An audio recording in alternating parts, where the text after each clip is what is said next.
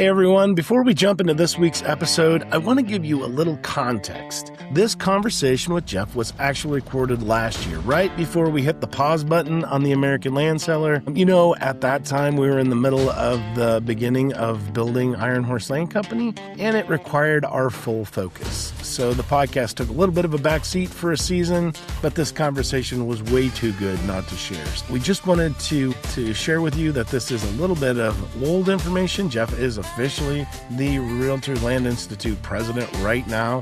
So when he starts talking about what he's going to do next year, it's this year. The principles, the leadership, the strategies we discuss are just as relevant today as they were then.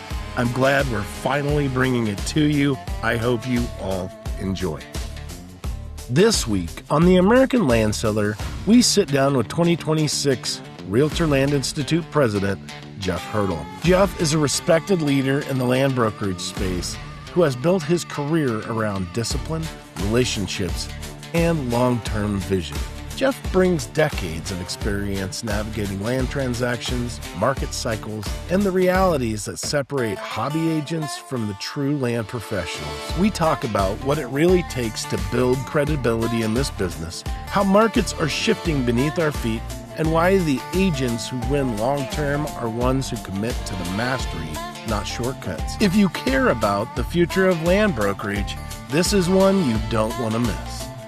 Welcome to the American Land Seller Podcast with your hosts, Kobe Rickardson and Brittany Murphy.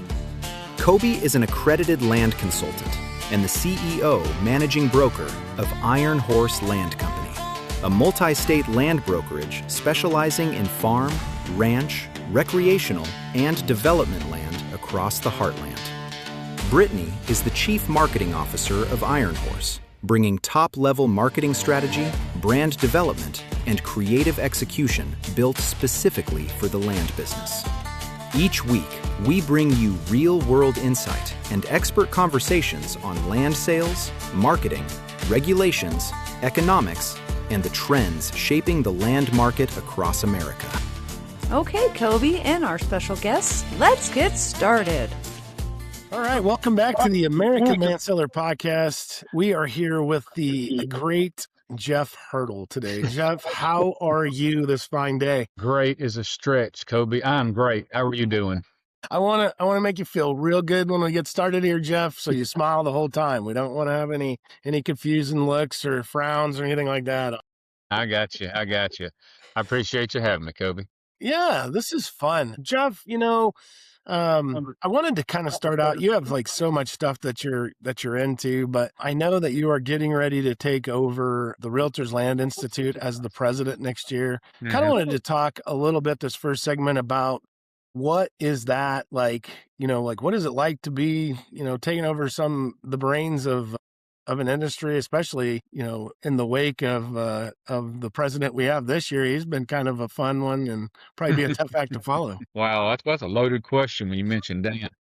Don't like that guy. First, I'll apologize to those viewers who will be looking at the camera, but I've got a dual screen setup, and Kobe's over here and my camera's over here, and I don't like looking at that when he's over here. I don't know what kind of faces he's making at me. So anyway, I'll go back and forth. Wow. Yeah, for those that don't know, the Realtors Land Institute, we are all things land. Under everything is the land is our motto. And I am next year, 2026, as national president, following Dan Murphy, the 2025 national president, who happens to be my daughter's father-in-law.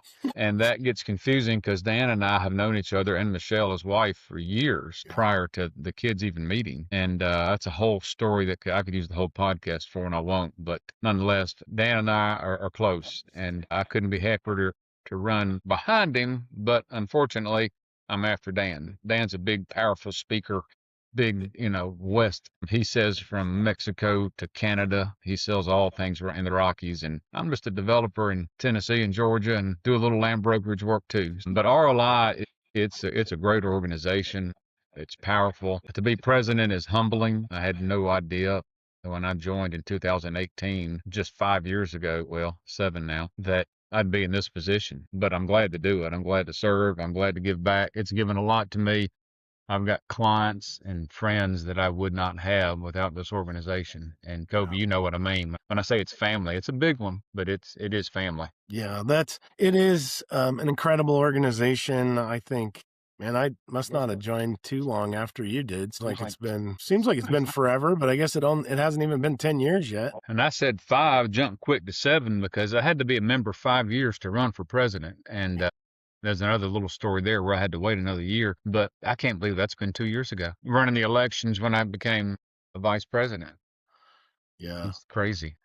Yeah, no, I can't imagine what the schedule is like for you guys. Like this, even now you're in meetings quite a bit, and and I think the great thing about RLI is the voice that we give to the National Realtors Association.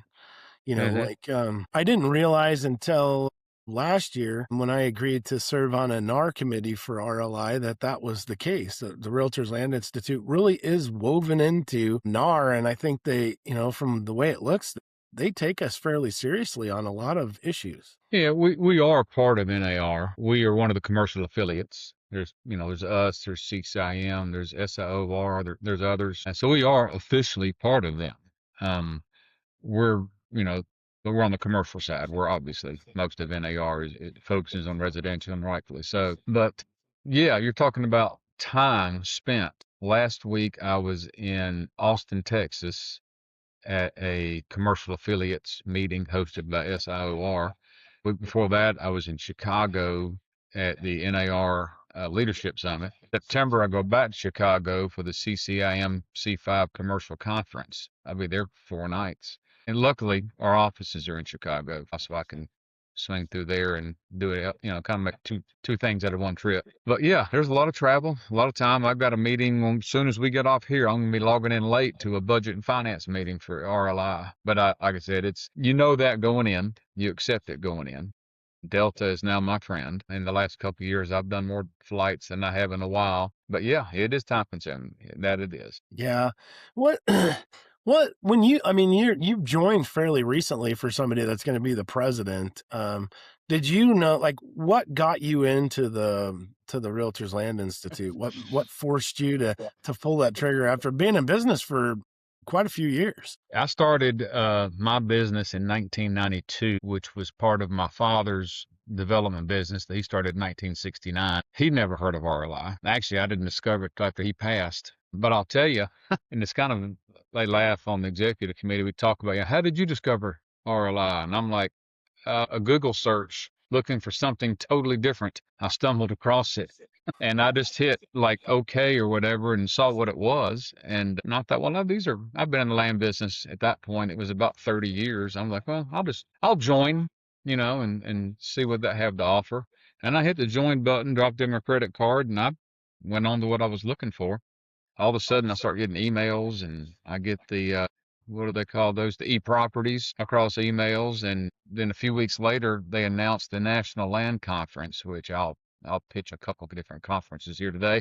National Land Conference is heaven on earth in the land business. It was in Nashville. And at the time I lived in Nashville. So I immediately, that'd be an easy one to go to. So I joined the National Land Conference or registered for it. And between registering and actually going to conference, I got an e-property from now the infamous Rayburn Taylor. And he had a property in Polk County, Georgia, and I looked at it, and we ended up talking about it. And at the conference, I signed the contract to buy in the lobby of the Hilton in downtown Nashville. And during the conference, we negotiated back and forth, and before it was over with, I had it bought. And I developed it and let Rayburn sell it for me. So that's how I found it, and that was my first interactions with it. And when I went to conference that year, I sat in awe. I bought a ticket to the Apex Awards and didn't even know what they were, but I felt like, well, an awards banquet, there's got to be some pretty good action going on there. And that's when I saw Dan and his brother go across the stage with all those different awards. And I thought, man, I want to meet that fella. And here we are. Yeah. 6-7 years later. But yeah, I've stumbled on it on a Google search and been the best ad that ever came across my screen. I was happy and have been very happy with it, obviously. That's insane because, that's probably a shout out to Google, even if it is kind of a mistake. No, that's, I didn't have Google. But I did kind of look into Like what would help me with education was my big thing into the land world. So I think that was my Google search was land, farm and ranch real estate education, and that's where I found RLI and was a realtor, and so it kind of made sense to join them, and I have not had one bad thing to say about them since then. They are a great group.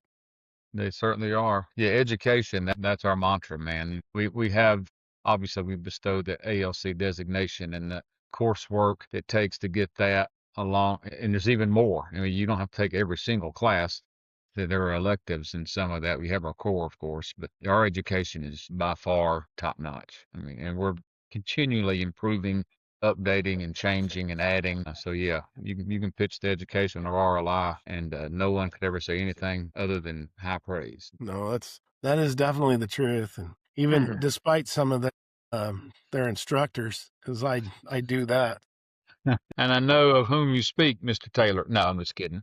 He's the good fella. Let's see what else about. I'm sitting here looking, and to my left, I've got I guess you call it a collage of pictures. When I ran for president, I took a trip around the country solo in an RV, visiting people who had asked me to come by during what ended up becoming like a campaign.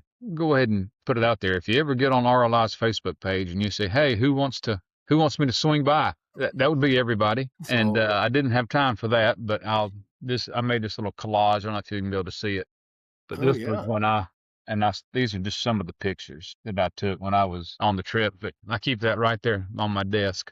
It reminds me every day of why I'm doing what I'm doing and why it means so much to me, because the people in these pictures, they've become some of my dearest friends over the last 7 years. Yeah. No, like I said, it's a good organization. And so I think you're going to be an incredible president. I think it's going to be, it's one of those things where you get 1 year to do something. And so I hope normally when you get 1 year, you like pick one or two things that are going to be your big focal point. So when you take over, what is it you're going to focus on as the president? Well, first, it's the presidency is 1 year, but when you decide to do this, it's 4 years, and you're an executive committee member for those 4 years, and they start asking for your input right away. And of course, I mean, we always want everybody's input. I had a call with Aubrey just a little while ago, and I'm going to get some of the words wrong because I sell dirt. All this other stuff I'm doing, I get confused sometimes on what they call it, but we've got our education still growing. I want membership to grow, but I want it to grow quality wise. I don't want to grow just to have numbers. And I want the apathy of the members to go away. And if you're a member, look at me right now.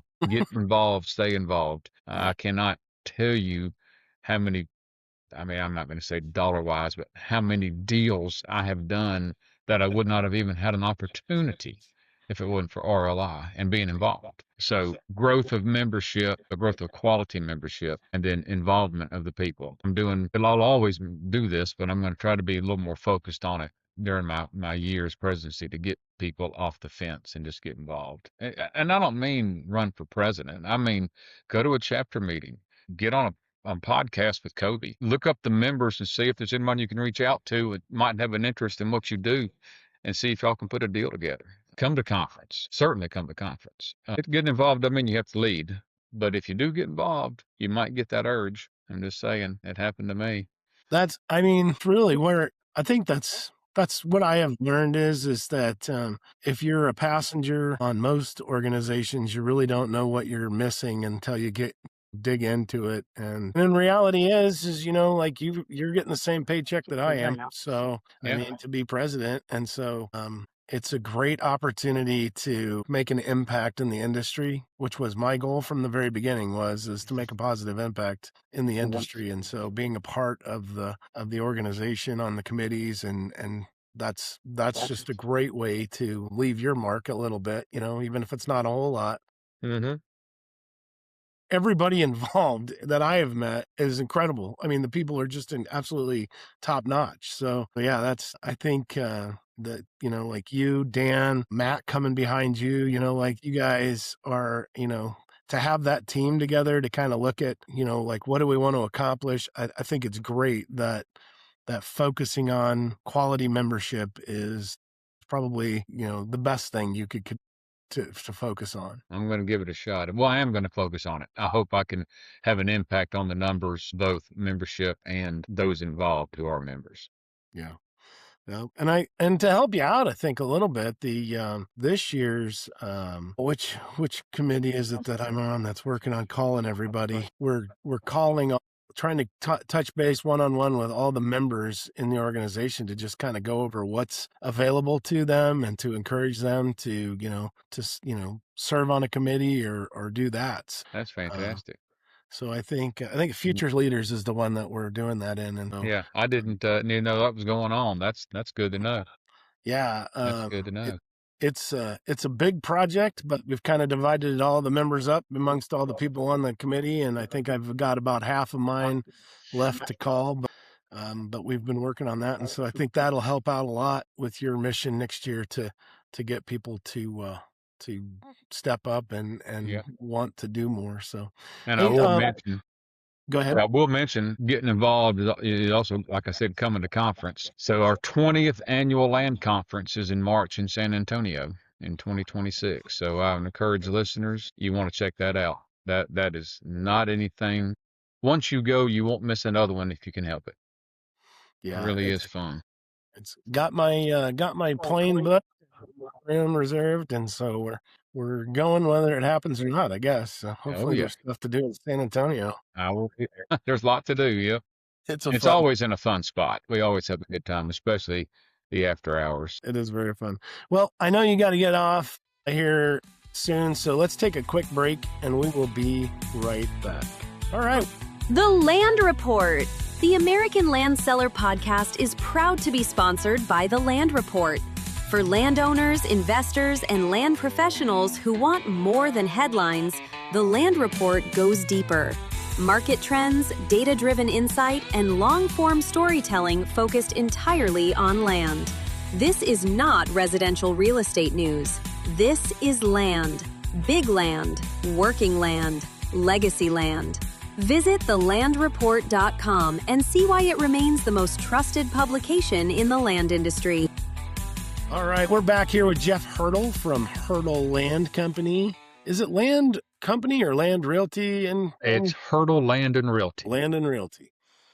All right, I tell people every time, Geoff, that it's by the time we get through the last segment, I'll have this down. So it's kind of my way of getting to know people better, is to have people on here so I can have a good, solid understanding of who you are and what you're doing by the time we get to the end. So here we go. Let's talk about your business, because I think, like, out of everybody that I've had on here, yours is more development. And you said to me something, and I'll admit this, like, Geoff, you're a huge inspiration to me. Like, I have always, ever since the first postcard that I got when you were running for director spot, like way back in the day, like, I was so impressed by that you took the time to, that was how important it was. And so it was easy to, not knowing anybody in the RLI at the time, super easy for me to vote for you, because it was important enough for you to send a really high quality postcard out to the members to tell them who you were.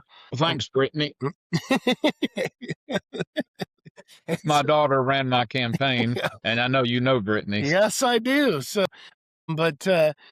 we're well, I'm wanting to talk to you just a little bit about, like, the business side of it and what you're doing, because it is kind of unique in the sense of, and what I was getting to was, you told me one time that your belief was that everybody ought to own a piece of land. And so your goal was to make that affordable and easy for them to do, And so I'd like to just dig into that a little bit about your business model, what you're up to in a couple of states out east of me, I guess. So okay. I'll just let you go. Well, it started, I'll give you the 30,000 foot, and then I'll go back to the detail. Sure.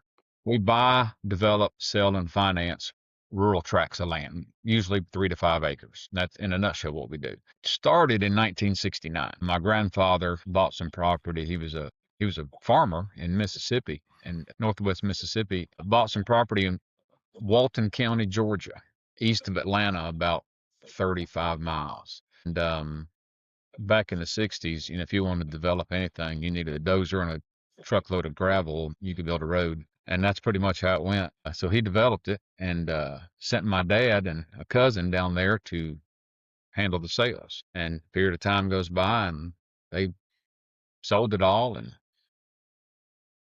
grandfather said, all right, well, come on home, see what's going to happen next. And my dad did go back home. I was 1, maybe 2 at the time, but we moved back and almost immediately to flip flop and came right back to Georgia because he understood that model and understood the customers because he was the one dealing with them day to day. And the desire that people had to own a piece of dirt. And so he came back, and until the day he died, he did the same thing. He'd buy, develop, sell, and finance rural farmland. So I got into it in 1992, right out of college. Well, technically, I got into it when I was old enough to hold a hammer, Yeah. right on the back of his Bronco, because I was his lackey. I would nail signs to trees all summer long, but I loved it. I mean, it was great road trips. When my dad was ready to go to South Carolina to do a deal, I was the first one to jump in the truck. So I got into it and I'm still in it. It's kind of a simple philosophy, and it's actually part of our website and part of our mantra is to own the American dream. That's our goal, is to allow someone to own a piece of America. Now, we can't make it for everybody. Not everybody wants to be in the places we go. Not everybody wants as small or as big of a tract as we have, but anybody can afford to buy from us. And that was the idea. We just made it super simple, and it's worked. And it's worked through economic cycles, through, in Dad's lifetime, the oil embargoes and crashes of the market in the 70s and the 80s and the 90s, and me, real estate crashes, COVID, all those things. And it just clicks right on through.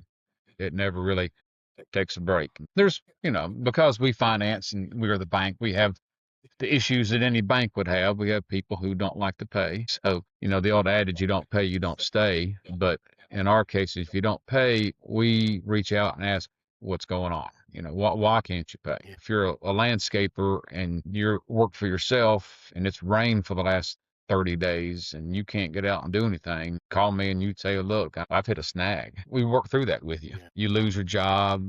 We've had deaths in the family where they get off track, and we understand that. And so we in our model, we have ways to allow them to get back on track. And we're proud of it.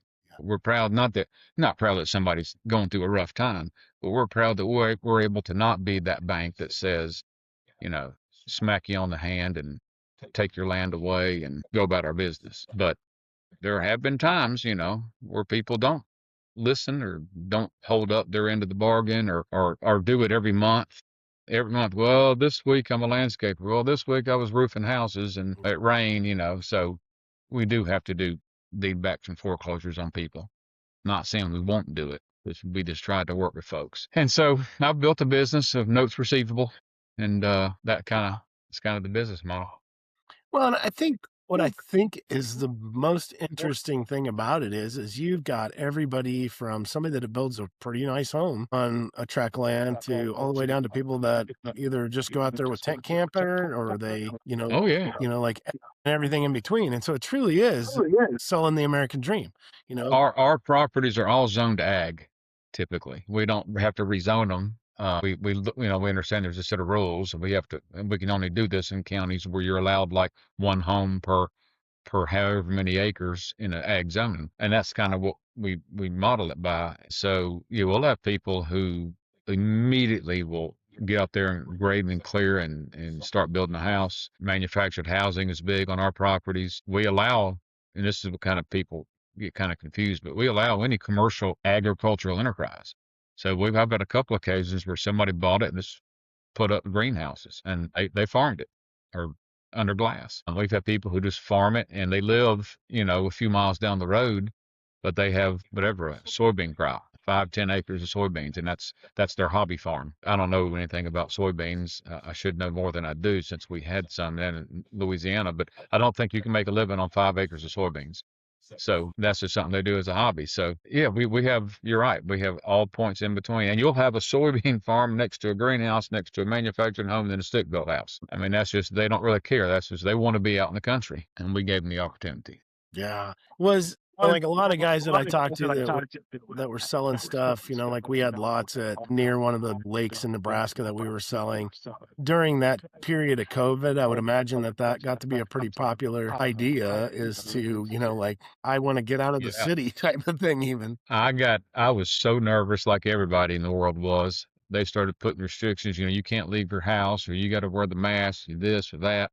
And I had just bought a piece in Georgia, and it was 326 acres, I think. It ended up being 57 lots, and that hit. And I thought, oh no, what's this? I always wondered, when's the end gonna come? Man, Kobe, I was selling 6 and 7 a week. I think one day it'd be sold like 14 lots they signed contracts on. I didn't have anything left to sell after about 90 days. I was pretty happy with that, considering how nervous I was. Yeah, I mean, and that's the crazy thing about that period of time, though, is like, you're not wrong. There was, like, there was a lot of stuff that we were into that was like, when that happened, it was like, oh man, this is gonna, end our world for a while. And it turned out to be one of the best things for Nebraska real estate, just because we had all the, I jokingly call them political refugees, that we had come into the state from other parts of the world that were a little stricter than what Nebraska was. And so, but no, it was a fascinating time. That's for sure. Yeah, it sure was. I don't want to go through it again, even for the sales, but I'm glad it affected the real estate market the way it did, or at least my real estate market. Well, let's take a quick break, and we will be. The American Land Seller Podcast is proud to be sponsored by Iron Horse Land Company. At Iron Horse, land is not a side business. It is all we do. From farms and ranches to recreational and development properties, our team brings deep land expertise, boots on the ground experience, and high quality marketing to every listing. Whether you own land today or are planning for the future, Iron Horse Land Company helps landowners make confident, informed decisions. Visit ironhorselandcompany.com to learn more. All right, we are back here with Geoff Hurdle from Hurdle Land and Real Estate. Is that right, Geoff? Am I getting it? I'm not even. It again. Hurdle Land and Realty. Realty. Realty. Yeah. All right. Been that since 1969. I promised I was going to get that before the end, and we're not done. So far, I failed. Hurdle Land and Realty. But Geoff, one of the things I think that is unique about your business is you are like a one-man show. Like you don't have 500 realtors over 65 states. You are just you and a couple, like you're what, 2 or 3, 4 states maybe? What I've got, the development piece that we've already talked about, I do have a staff in an office, and it's based out of Monroe, Georgia, out near Athens, Georgia, go Dogs. But my brokerage firm is just me here in Tennessee. I'm in Chattanooga, and my business, I run it pretty much on computer, FedEx, and telephone. They know what they're doing. I don't have to worry about them. So that's how I'm blessed and fortunate enough that I can live in Chattanooga and do this. But yeah, I've been brokering real estate. I broker development tracts. I know so much about the development side. I didn't need to go very far to figure out what I was going to do there. So I broker development tracts to local, regional, and national builders and developers in Tennessee and Georgia. I'm licensed in both Tennessee and Georgia. And I should be licensed in Alabama, to be honest with you, because Chattanooga sits in that little sweet spot where in 5 minutes I could be in Georgia, and 10 I can be in Alabama. And the rest of the day it take me to cross the state of Tennessee. But been a one-man show, so I do all my own paperwork. I do all my own everything. I tell people I write the contracts, sign the contracts, and I clean the toilet. It's just because about 3 or 4 years ago, I decided, you know what, I'm gonna get an assistant. Now these buddies that kind of resemble what I do as a single operator, or they're not, and they talk about how much their assistant this, their assistant that. And I thought, it would be nice to have someone do that part of this for me. I could be out, scouting properties. So I got somebody 3 weeks into it. I'm sorry. This just isn't working out. I had a problem letting go. Yeah. All the things she was doing fine, but it wasn't the way I would have done it. And I was like, ugh. So that was the end of that. But yeah, so I concentrate just on the land side, on the development tract side, in this area, and have dealt with, I say I do the top five, the D.R. Hortons, Lennars, and Pulte and Meritage, NVR, and I do, but I also do the local guys here in Chattanooga. We've got, Pratt. They're probably one of the largest local developer builders, and I deal with them. And then we've got all the way down just to a single guy. He builds 2 houses, 3 houses a year, and I'll sell him a lot if that's all he's looking for. So No, I think that's kind of some of my problem over the years too, is that I'm a little bit like, I know what my vision is, and it's really hard to tell people what exactly how do I get you to live in my brain with me and not be scared type of a it's difficult. It's difficult. And I admire the folks that have these firms that have, 80 and 90 agents and more in them. And they're sole proprietors. I mean, there's like a friend of mine up in Nashville, John Blackwell Realty. Last I heard, and it's been a while, in that office, he had like 96 agents. I mean, how do you manage that? Or how do you sell? How do you find the time to go out and do what you love? Um, if you got those kind of people to manage, then I can guarantee you there's a headache every 5 minutes. Anyway, it is for some. It's just not for me. I started out like in the military and in the trucking business, and so like it got to the point where you answer questions from people so fast and so many during the like I would have to sit at the end of the day and go back through it and be like, what exactly did I say yes and no to today, and did we kill the entire company in anything I made a 3-second decision on? Yeah. So I get that, the other side of that, where, it's the adrenaline of spinning 60 plates all at the same time and trying not to break one throughout the day. But it's just, to me, I think I could probably do what you were doing too, and just have my own thing and kind of that way I don't have so much to worry about. Well, the expenses are certainly about as low as they can get. I was fortunate. I guess you can everywhere, but in Tennessee anyway, my office is in the house. And so, no big deal. I don't need a lot of space. It's just me. So, I mean, we're in the middle of a move. This is the new office, bland as box, because I haven't hung anything up, but y'all can't see what's around me. It's a mess. But uh, there's advantage, of course, disadvantages. You are working alone. Now I'm talking to people all the time, usually on the phone, sometimes on a Zoom. And a lot of folks, they're buying land. Sadly enough, they don't need to meet me out there anymore. They either say we've already been out there, or we've got our programs. We know what it looks like. They got their land IDs, where I see the water and the flood and the topo, and I see where the substation is, and I see how the power lines cross the back. They can look at that on a software program and know that, the aerials are so up to date anymore. Yeah. They know with the trees, they know how much is not in trees, and to visit it is almost like a waste of time. Yeah. So I hate that, because one of my favorite things to do is get out, pull the boots up, make sure the jeans are down over them, spray yourself off with the off, and head into the woods. Yeah. Well, I think that's really what separates the guys that are really pretty good at land brokering and what, like a lot of people, is that they are out there constantly. So they are seeing, it's one thing to look at it from a series of maps. It's another thing to get out there and kind of see that, what's out there and what's going to be impacted by what our project is or whatever that is. Well, it kind of also depends on what it is you're doing with the dirt. Right. If when I'm talking about is like a big tract builder, what the dirt looks like, fine, because they know what it's going to look like when they're done. Now, if you're selling a ranch, if you're selling a recreational tract, that's certainly boots on the ground. You want to know, totally different perspective than a developer coming in to take a look at it. Yeah, that's for sure. Well, and I wrote a blog post a couple months ago for RLI that was all about like, think people don't really understand.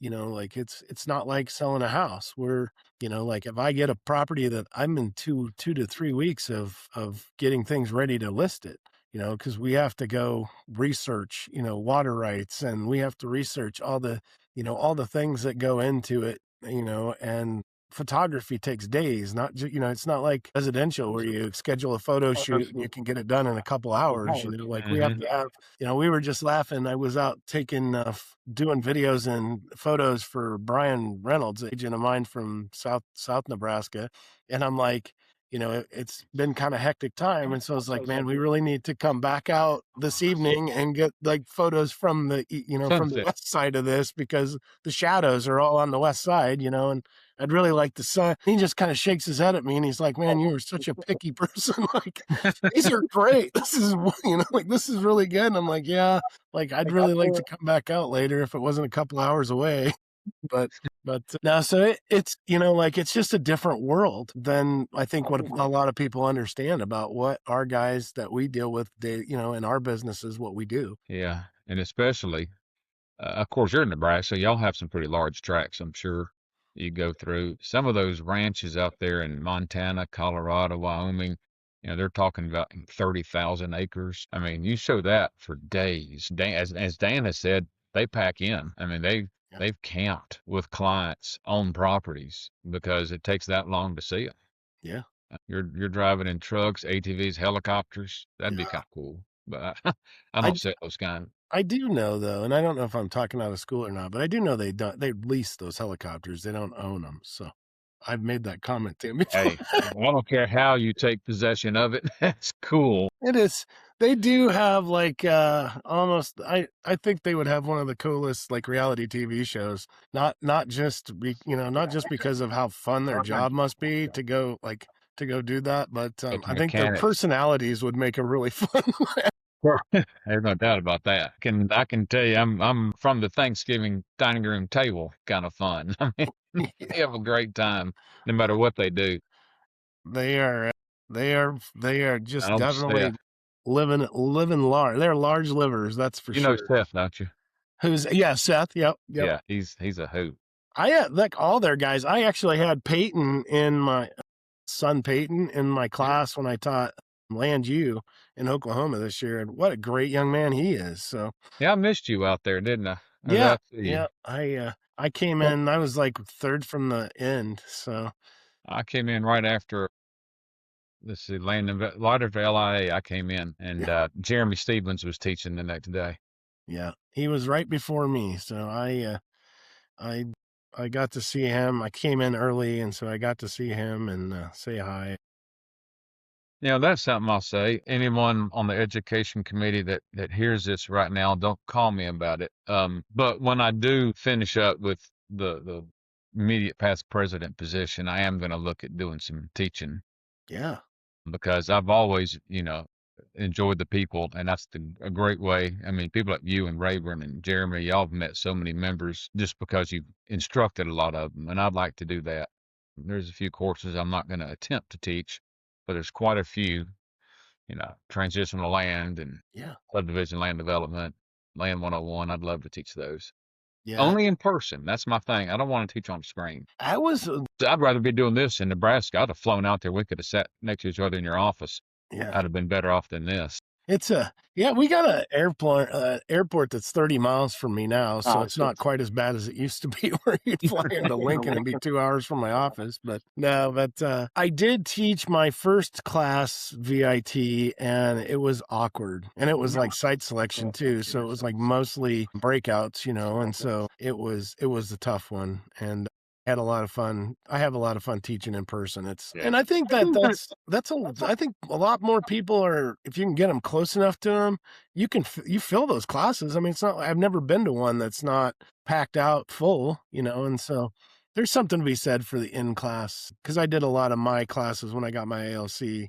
I did them all online, and I went to 3 and did the rest of them online, and I met a lot of people and fast friends when I went to the ones in person.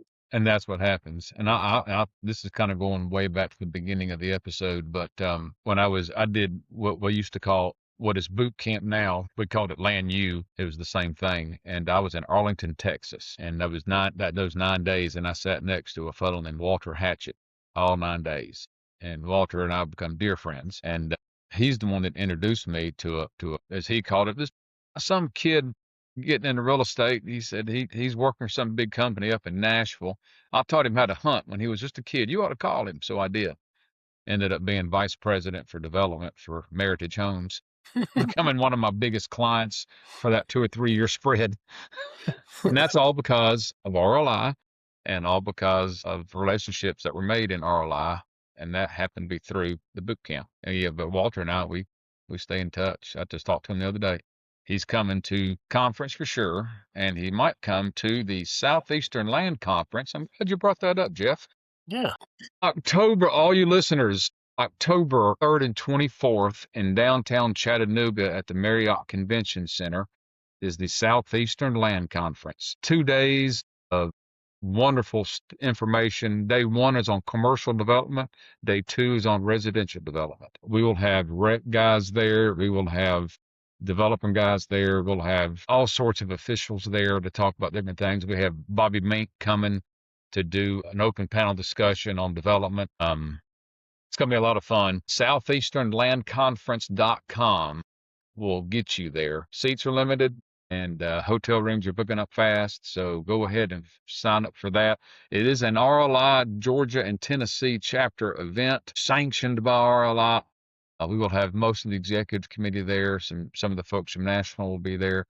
It'll be a great time. There's my commercial, 30 seconds. Yeah, it sounds like a good time. I'm going to Colorado to the chapter meeting here in a couple days. Nice. But it's like I said, there's stuff going on all the time. I've never been to a bad one. I've never walked out and said, what a waste. Most of the time I learn quite a bit of stuff. Yeah. So it's always good it's like going to a family reunion. You get to see all your friends. So it really is. I would love to go down there for that because it's going to probably be a lot warmer where you guys are at than where I'm at during that time of year. Hey, and Chattanooga bring the family. This is the thing about Chattanooga. We've got the nation's #1 rated aquarium, which is a couple blocks, if that far from the venue. We've got Rock City. We've got Ruby Falls. We've got the leaf changing colors. We've got the Tennessee River runs right through the middle of downtown and all that involved there. So you can make it a family trip and join us. Would love to have you. At least it used to be. What, didn't you have like a UWE guy that's your mayor down there too? So crime probably ought to be pretty low. We don't have much of a crime problem that I'm aware of, and I lived downtown for 4 years. But I would recommend y'all coming down, and anybody else listening, you can make it because it's a Thursday, Friday. So you just stay after that and be able to do some stuff with the family and make a great fall getaway. It does sound like a good time. So anybody listening, I will put the website in the show notes for this. You can click on it and go right to the conference registration and get registered for that. I'll also put Jeff's information in there. Geoff, how do people get a hold of you if they want to talk to you? Well, they can go to geoffhurdle.com, which it would be important to know that it's GEOFF, Hurdle, HURDLE.com, and that's got all my contact information there. Send me an email. It's thelandman@geoffhurdle.com. Whatever you want, should you be interested. Yeah. Well, it's been awesome. I want to thank you so much for doing this and for your leadership in RLI. It's been great to get to know you over the last few years and watch your family kind of grow, and love all you guys, and can't wait to see you. I don't think I'm going to be able to make it to the Southeastern Land Conference, but definitely we'll see you in March in San Antonio. I would look forward to seeing you there. I do appreciate you having me on, Kobe. It's been a lot of fun and my pleasure to do it for you. We will see you, if not before, I'll see you in March. All right. And we will see you all down the road. As we wrap up another episode of the American Land Seller Podcast, thank you for spending part of your week with us. For more episodes, resources, and updates, visit www.americanlandseller.com. And be sure to find us on your favorite podcast platform. If you found value in today's conversation, please like, subscribe, follow, rate, and review the show on whatever app you are listening or watching on. It helps more landowners and land professionals find the podcast. You can also connect with us on social media for updates, new episodes, and behind-the-scenes content. Until next week, Kobe and Brittany wish you success in all your land endeavors. God bless you, and have a great week. The American Land Seller Podcast is brought to you in part by The Land Report.